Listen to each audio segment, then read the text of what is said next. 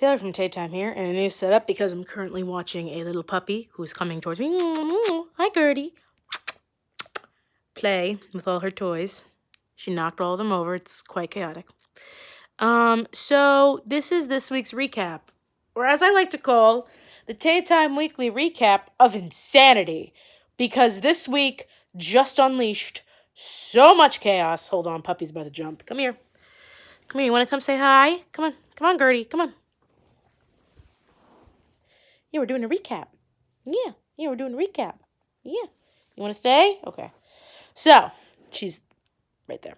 So, Prodigal Son started off where we were continuing off from last week's Insanity, where he's trying to find this junkyard killer. Junkyard killer ends up attacking Michael Lee Brown, who I saw as Evan Hansen when I saw Dear Evan Hansen.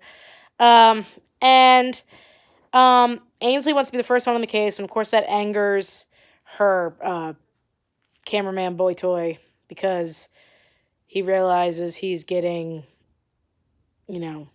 camera fame, and that's not right. I mean, I can understand wanting to show that Martin Whitley did save, but I can understand where he's also coming from. And Malcolm and his mom are just like, yo, what's going on, blah, blah, blah, Mom, don't, his mom had a gun at one point. He was like, Mom, keep the gun, because the FBI officially took over this case, and they're not letting any of them be with it anymore, which, of course, angered Malcolm, angered Gil, angered everybody. So this new level of, what is going on with Martin Whitley is, really making the show. It was always intriguing, but it's really getting interesting. How are we going to piece this together? This Is Us was also insane. The fall finale's tonight. That will probably be its own separate recap, just like next week Walking Dead will be its own separate recap. I was debating on doing it for Robot and Walking Dead this week, but I didn't want to. But This Is Us. In the past, you find out Randall helped get Rebecca a job after Jack passed away in the house and everything. And it parallels something that's going on right now, whereas Rebecca is losing her phone, and it is leading to, we think Rebecca has Alzheimer's, which is being teased for tonight. Deja also really wants to see her mom for Thanksgiving, which, as everybody knows, is Randall's favorite holiday. And everybody thought Malik and Deja were talking about, birth control and stuff, when really it was, her mom. And I really like the scene between Malik and Beth because that opened up a can of worms that you weren't expecting to open up. And then the big can of worms was it was Nikki's hearing, and we find out Cassidy is getting divorced. But Griffin Dunn, oh my God, he pretty much came up and said, this is, I did a bad thing, but I need help, blah, blah, blah. And it was like, oh, damn. It was a beautifully written speech. And Gregory came back for a hot second. And yeah, I'm really... Wait, was this week where Kate with the food? No, Gregory was back this week, though. I know that. So this is, we're getting really interesting, and it's all this snowball insanity with all these shows leading up to something. Young Sheldon was a different type of chaotic insanity. He got a router, so he's able to, comment on people's stuff and, scientifically diss them. I thought it would have been really funny if it was, Howard or Raj or Leonard that he did it to. But the guy ended up validating him. And he was like, yes! All while Missy is trying to be on the baseball team. Girls are making fun of her. Boys are making fun of her. They're at the game. The kid whips it.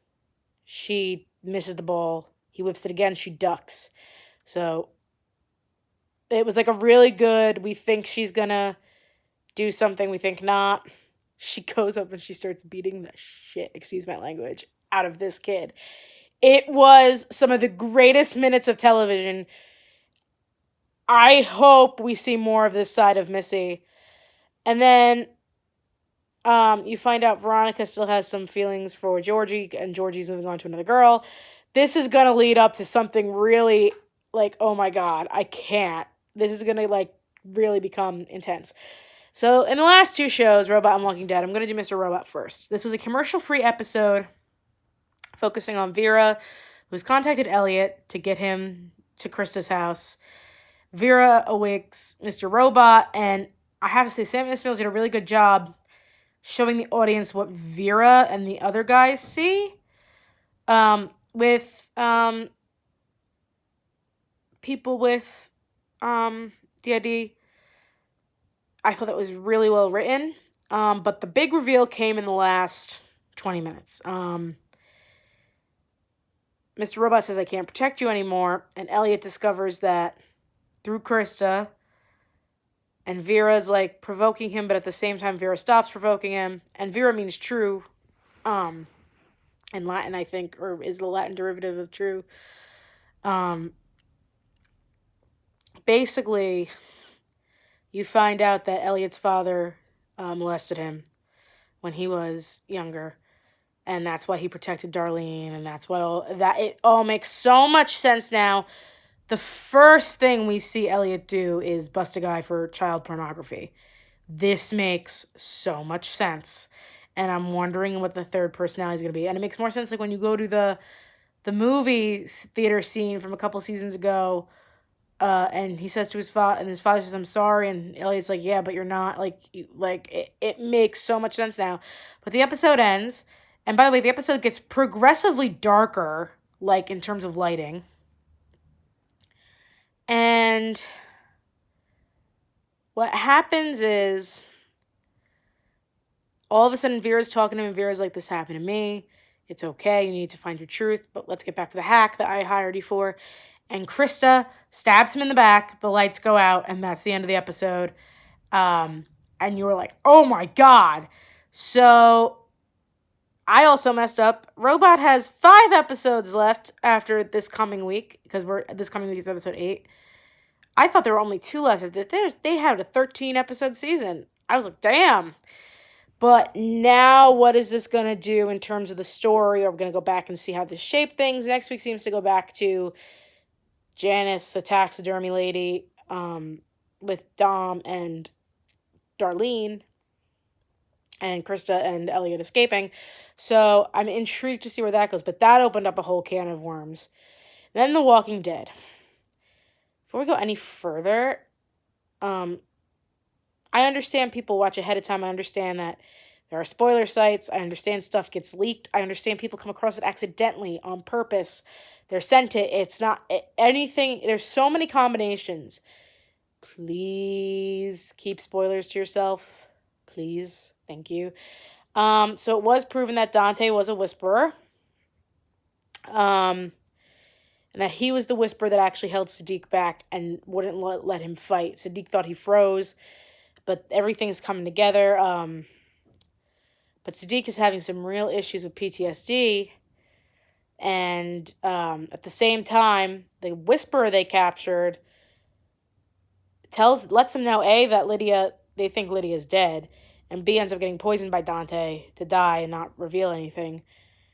All while Gamma is bonding with Aaron, and Aaron's trying to get something out of Gamma, I'll get to Gamma in a second because that's the end of the episode. Well, not the end of the episode. But you did find out that Dante's a whisperer. So back to the Lydia Gamma thing. Gamma discovers Lydia's alive, and I'm really intrigued to see where this goes. Because Alpha clearly has lied. So I'm really intrigued to see where this goes. Can't believe the mid-season finale is next week. So back to the Dante Sadiq thing. Sadiq ends up figuring out it's the water. Little things that Dante's done over the past few episodes, but, Dante says something about the water after Cheryl dies, and Sadiq's talking to Rosita, and Rosita's like, no, you can't beat yourself up over this. This isn't right. They brought back Mac Magnum as DJ for a hot second. They had Enid scenes. And all of a sudden, he realizes it's the water, and he's talking to Dante at the end of the episode, and throughout the whole episode, he's seeing flashes of Alpha in the window, and he finally sees Dante as the Whisperer in the window, and he reaches for a weapon, and Siddiq reaches for a weapon, and Dante ends up choking him to death. And as we saw in the Talking Dead premiere scene, Siddiq will reanimate as a walker. Insane amount of stuff. It's been 9 years since Carl died. I have to agree with Chandler and Avi, what they said on The Talking Dead, because I agree with this. Carl would not be mad. Carl would be happy that Siddiq helped build his vision. Siddiq agrees that he thinks Carl would be happy for what he built. So I'm really intrigued to see where this is going to go. Dante ain't going to last long. That's for sure. Because, Siddiq made it a point to say, I'm Ened. Now you're down another doctor because Siddiq is dead and Dante's going to be in jail.